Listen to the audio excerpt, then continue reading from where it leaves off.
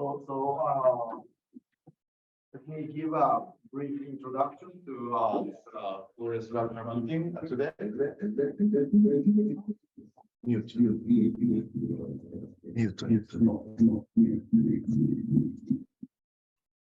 Zoom.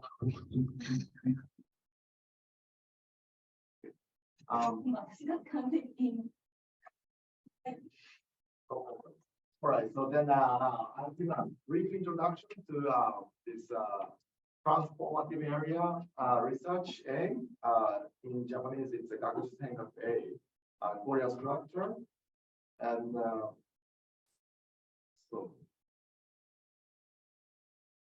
but before starting, I'll just say that throughout meeting, I want you guys to, especially the students, to ask questions and raise issues.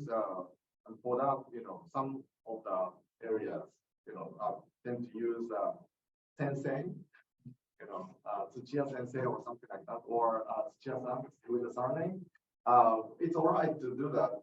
Surname-san is format is all right, better, but even better would be calling them as with the first name to make the structure as blank as possible. So I also try to remember you guys' first name, and also I also try to use it to facilitate discussion. And then this is the excerpt from our homepage. There's a link here. I'll better share this slide with you guys later. And this is homepage for the structure. And there's subtitle saying establishing a super interdisciplinary research program to bridge a gap between subject conscious experience and scientific objectivity. It's a very long subtitle, but that's trying to explain what we are trying to do. And then key. All right. Okay. The key thing that I want to also emphasize throughout this meeting over the week 5 days is that for everybody to share the common understanding of 3 pillars of our approach. The first one is that we aspire to arrive at a novel way to understand others' mind. That's the biggest kind of goal. It's kind of ambiguous, but that's the sort of goal. And then towards that end, we'll advocate a structured approach to Gloria. And this is the quite novel approach for Gloria. And that also is in the title. And then with the structured approach, we will internationally lead the next generation consciousness research. So this aspect, this internationally, is also important.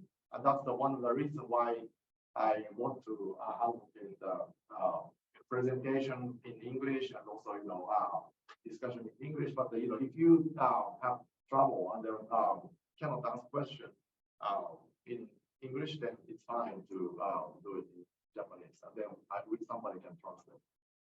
Okay. But in the end, we want to generate output in English. Otherwise, it can't be recognized internationally. And we will also discuss some of the format of the outputs that will be recognized internationally, such as frontiers, psychology, and special issue for Korean structure or something, maybe in 2-3 years. So I think that's going to be a good output. So, by the way, why I decided to give this talk, it may be useful to discuss a little bit. So in preparation for this kind of for the structure grant and so on, I've read a lot of books, and one of the things was kind of related to organizational psychology literature. And then this data was quite interesting, so I'll just introduce. So it's a study on the coherence of the average organization across companies or university or venture company or a big company or whatever, all the companies in US, I think.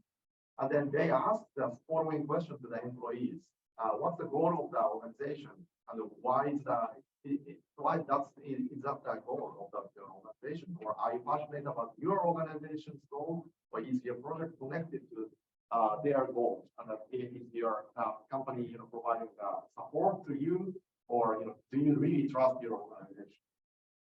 And then somewhat, I don't know whether you would say yes to any of this.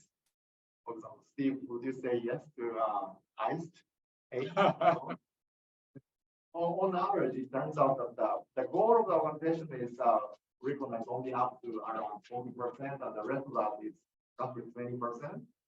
That's I don't know whether this is actually concrete enough to feel, but if you think about it in the context of soccer, that means that only 2 persons know their positions, and also only 4 persons know where the goal is. Right? That's a really horrible situation. It's almost like child still soccer. And I think it's going to be like this child soccer if I don't really explain the overall, goal of the grant. Each of the person will be probably, have their own issues, and they don't understand what this project is trying to do. So I'll try to explain a little bit. And so a little bit of the background of before this Gakuju's A, transformative area A, is that primarily I and also Makiko Yamada on the left side, and also Masafumi on the right, started this B for 2.5 years. And then what I was responsible was establishing online tasks, especially using the similarity rating, and this is a 93 color similarity ratings. And then we got some kind of multi-dimensional scaling representation of this. And then Masafumi found or invested a lot of time and therefore team turned out establish this unsupervised alignment technique, so that without really knowing the label of the colors, we can now align the relationship, and then find that the people's color similarity relationships are common. Then Makiko has been doing this kind of experiment, but only using 9 color up to now. And then, but we are still analyzing data and trying to publish. And maybe we will try 93 color version of MRI later, but over 5 years.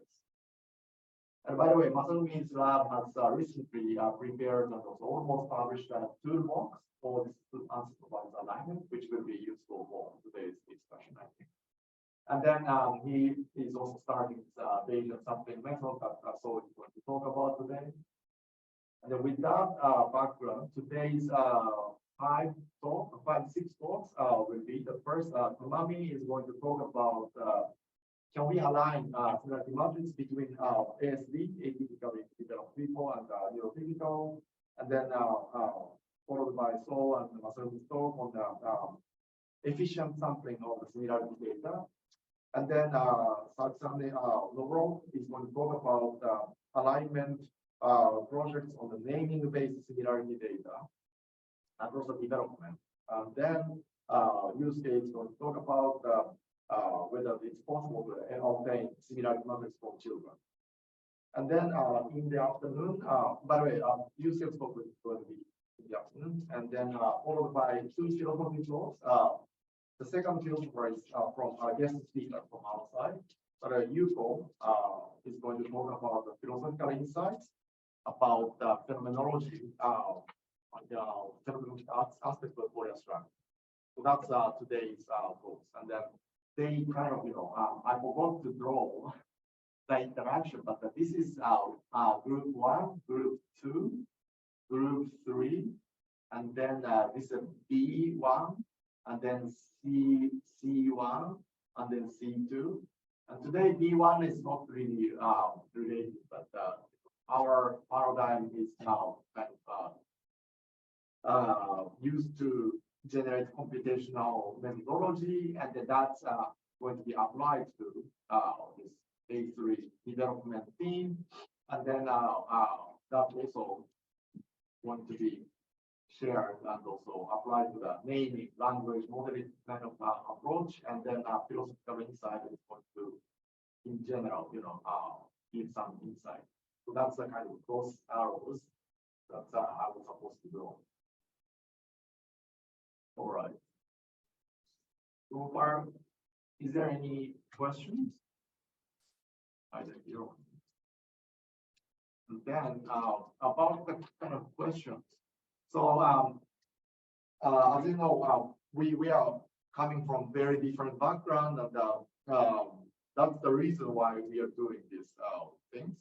And I would this way throughout all the course, we'll have relatively generous time for talk, but also more for the Q&A.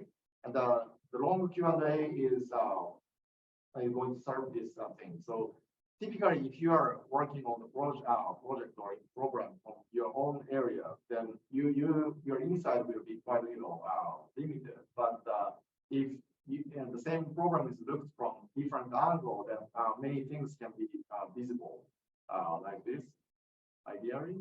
And then we want to reveal this kind of multi-aspect of the program. That's the reason why we are here. And for this, you also don't need to have a very extensive background. So just don't be afraid to ask questions. Okay.